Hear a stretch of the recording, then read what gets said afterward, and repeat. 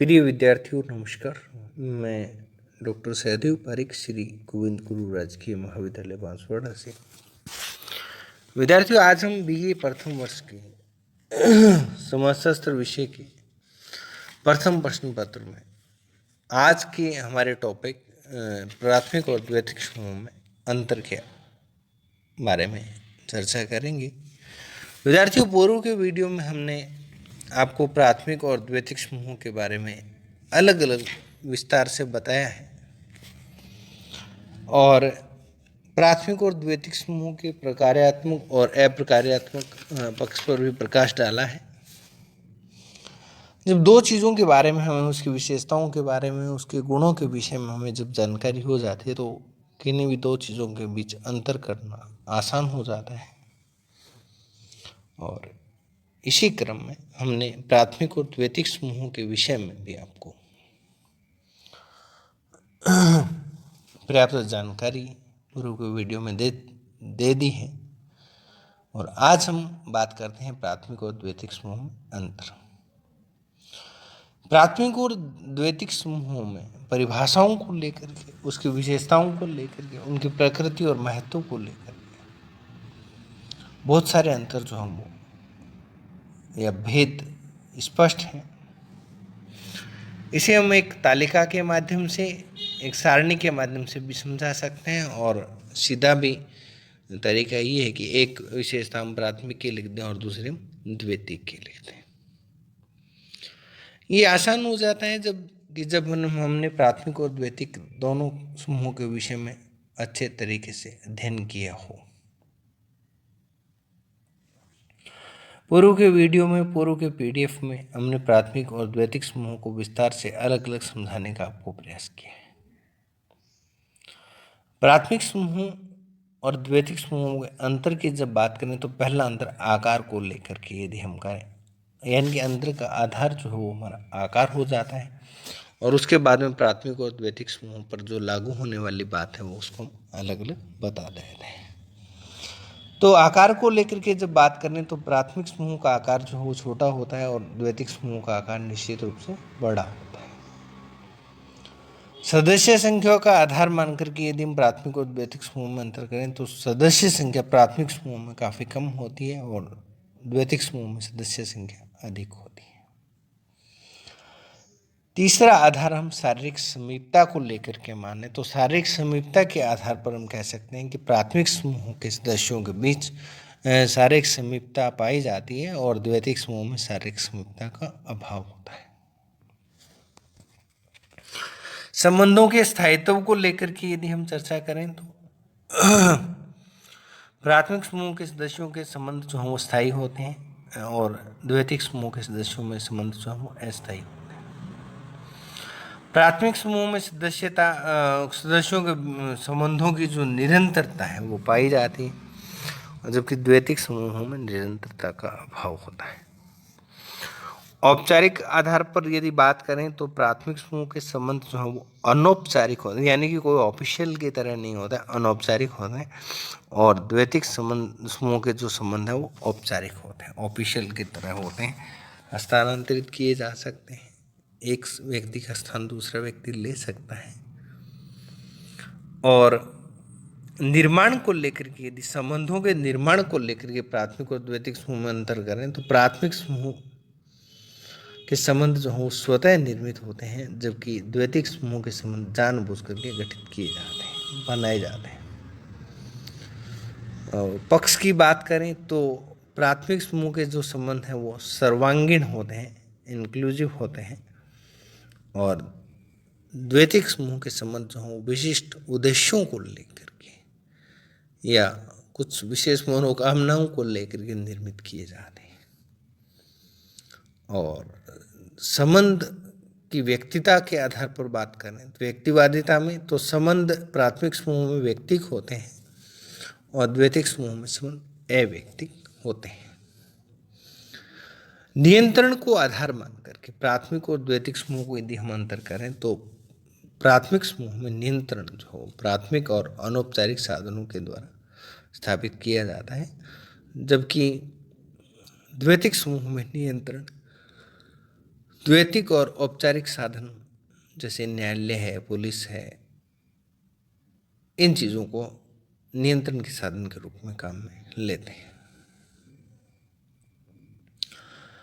प्राथमिक समूह के जो उद्देश्य हैं वो यदि उनको आधार माने तो प्राथमिक समूह के सभी लोगों के उद्देश्य लगभग एक जैसे ही होते हैं, समान होते हैं, जबकि द्वैतिक समूह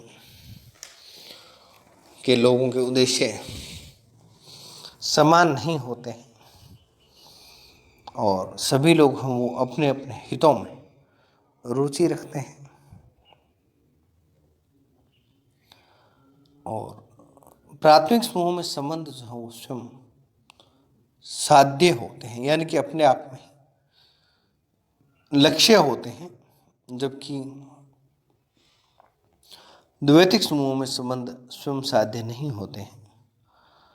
प्राथमिक समूह के संबंधों में घनिष्ठता और आत्मीयता पाई जाती है, जबकि द्वैतिक समूह में घनिष्ठता और आत्मीयता का सर्वथा अभाव होता है।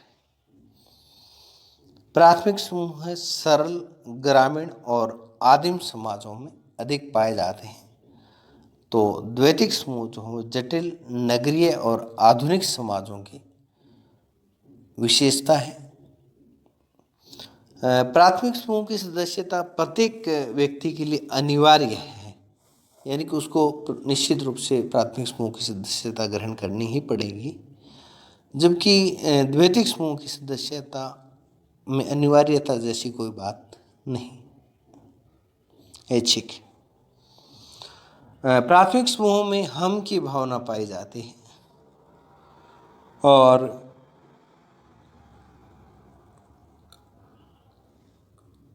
द्वैतिक समूहों में हम की भावना का स्वार्थ या सामान्यतः जो अभाव पाया जाता है। प्राथमिक समूह के संबंध आंतरिक होते हैं, दिखावे के लिए नहीं, और जबकि द्वैतिक समूह के संबंध जो हैं वो बाह्य और दिखावे के होते हैं। इसका मानव के व्यक्तित्व पर गहरा प्रभाव पड़ता है। प्राथमिक समूह का मानव के व्यक्तित्व पर, पर्सनालिटी पर गहरा प्रभाव दिखाई देता है, और जबकि द्वैतिक समूह में व्यक्तित्व के निर्माण में कुछ कम भूमिका द्वैतिक समूह की हमें दिखाई देती है। प्राथमिक समूह जो है विद्यार्थी व्यक्ति के जीवन, संपूर्ण जीवन को प्रभावित करते हैं, संपूर्ण जीवन को प्रभावित करते हैं, यानी कि जीवन के सर्वांगीण पक्षों से जुड़े होते हैं, जबकि द्वैतिक समूह वे संपूर्ण जीवन की अपेक्षा एक विशेष या पक्ष विशेष को ही प्रभावित करते हैं। प्राथमिक समूहों में आमने सामने के संबंध पाए जाते हैं और द्वैतिक समूह के संबंध अप्रत्यक्ष होते हैं। कोई ज़रूरी नहीं है कि आमने सामने के संबंधों की यहाँ उपस्थिति हो ही। सदस्यों, प्राथमिक समूह के सदस्यों के बीच समानता के आधार पर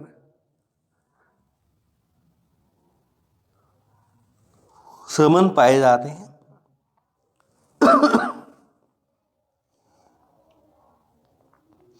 और द्वैतिक समूहों में संबंध असमान होते हैं, क्योंकि सदस्यों के पद और भूमिका में अंतर पाया जाता है।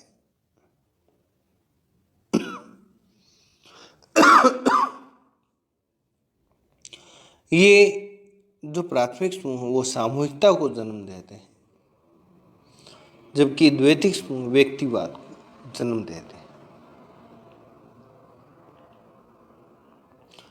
प्राथमिक समूह जो है वो अति प्राचीन है, जबकि द्वैतिक समूह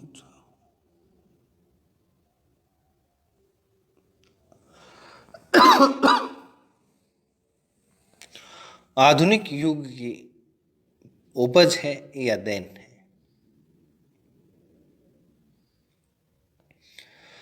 उसके बाद विद्यार्थियों, प्राथमिक समूह जो है वो उसमें व्यक्ति अपना व्यक्तित्व समूह के साथ घुला मिला लेता है या उसमें एकीकार हो जाता है और द्वैतिक समूह में व्यक्ति का व्यक्तित्व जो है वो अलग से बना रहता है, इतना घुलना मिलना उसमें नहीं हो पाता है। और प्राथमिक समूहों में या प्राथमिक समूह का जो कार्य क्षेत्र है वो सीमित होता है, जबकि द्वैतिक समूहों का जो कार्य क्षेत्र है वो काफ़ी बड़ा और असीमित होता है। प्राथमिक समूहों का आधार नैतिकता तथा परंपरागत नियम होते हैं और द्वैतिक समूह का जो आधार है वो कानून और उसका एक विधान या संविधान कह सकते हैं आप, होता है। प्राथमिक समूह जो हो सार्वभौमिक होते हैं, यानी प्रत्येक देश काल और परिस्थिति में पाए जाते हैं, यूनिवर्सल। जबकि द्वैतिक समूह जो हो उसमें सार्वभौमिकता जैसी कोई चीज नहीं होती। प्राथमिक समूहों में व्यक्ति सरलता के साथ अनुकूलन स्थापित कर लेता है और द्वैतिक समूहों में अनुकूलन स्थापित करने में काफ़ी कठिनाइयों का सामना व्यक्ति को करना पड़ता है। और प्राथमिक समूहों की जहाँ तक बात है कि एक व्यक्ति बाल्यकाल में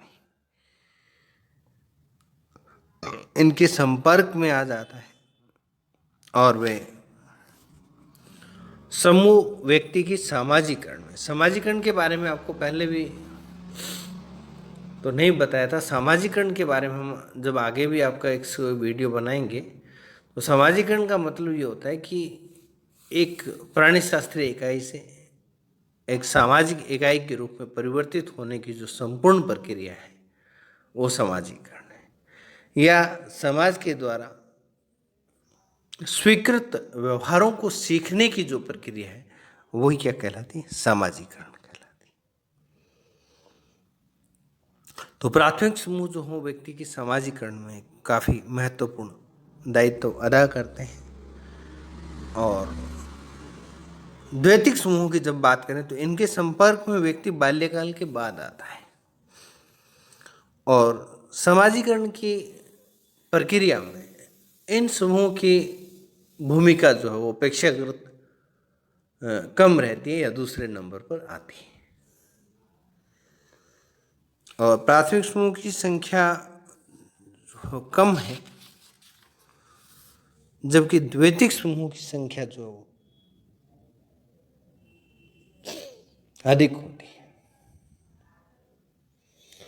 प्राथमिक समूह में कोई भी द्वैतिक समूह नहीं होता है, जबकि एक द्वैतिक समूह में कई प्राथमिक समूह हो सकते हैं। तो इसलिए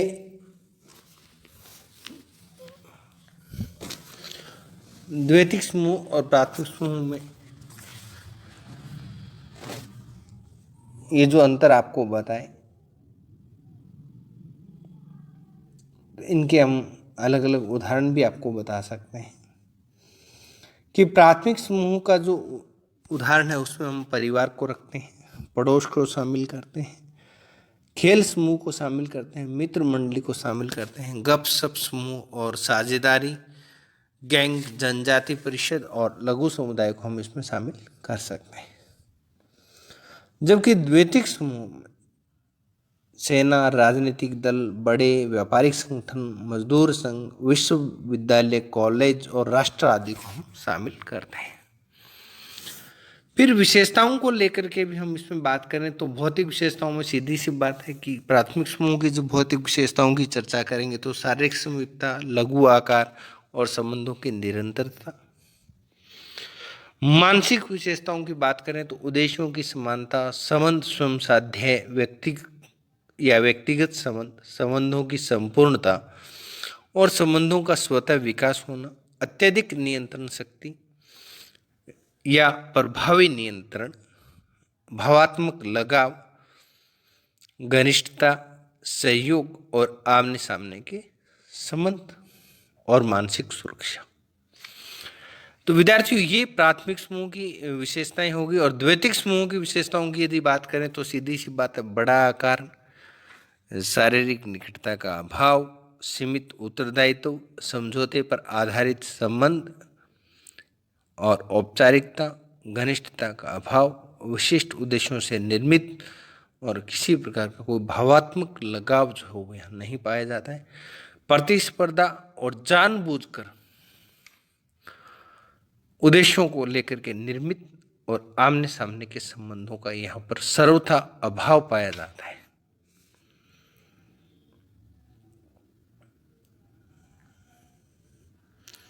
तो ये था विद्यार्थियों प्राथमिक और द्वैतिक समूहों के बीच में अंतर। तो आगामी वीडियो तक के लिए धन्यवाद।